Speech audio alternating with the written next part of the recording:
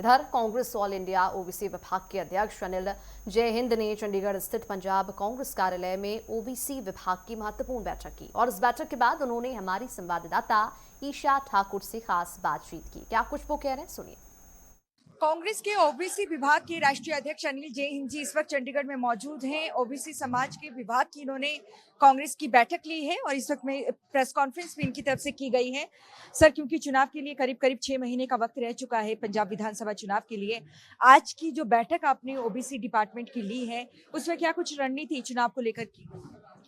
देखिए, ये रणनीति बिल्कुल साफ है। जिन मुद्दों पे हमारे न्याय योद्धा लड़ रहे हैं, युवाओं के लिए लड़ रहे हैं, छात्रों के लिए लड़ रहे हैं और किसानों के लिए लड़ रहे हैं, व्यापारियों के लिए लड़ रहे हैं। जीएसटी के खिलाफ उन्होंने आवाज उठाई, नोटबंदी पे भी उन्होंने आवाज उठाई और ओबीसी खासतौर पे, क्योंकि मेरा विभाग ओबीसी का है, तो ओबीसी के लिए जो जाति जनगणना की जो लड़ाई राहुल जी ने लड़ी, वो किसी ने नहीं लड़ी। उनको उसके लिए गालियां भी सुननी पड़ी।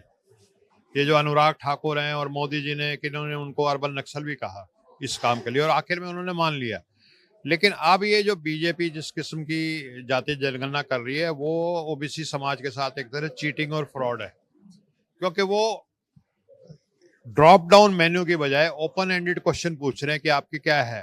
तो एक ही जाति के लोग एक ही स्टेट में 15 नाम से होते हैं और वो अलग अलग नाम बताएंगे।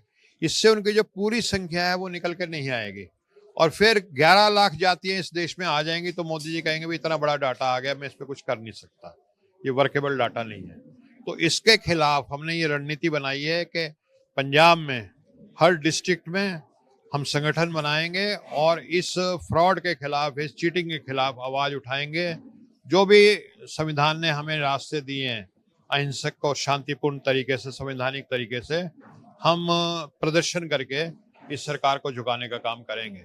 आपने प्रेस कॉन्फ्रेंस में जिक्र किया कि पंजाब की अगर आबादी की बात करें, करीब करीब 36% जो ओबीसी समाज के तबके के लोग हैं यहाँ रहते हैं, लेकिन उन्हें ना तो आरक्षण उस हिसाब से दिया जाता है। लेकिन मेरा सवाल रहेगा विधानसभा चुनाव की टिकटों को लेकर, क्या टिकटें भी 36% ही मांगने की कोशिश करेंगे आप? देखिए, 36 के हम तो 50% मांगेंगे अगर हमारे पास सक्षम कैंडिडेट होंगे, क्योंकि चुनाव में ये बहुत जरूरी है कि जो विनेबिलिटी देखी जाए।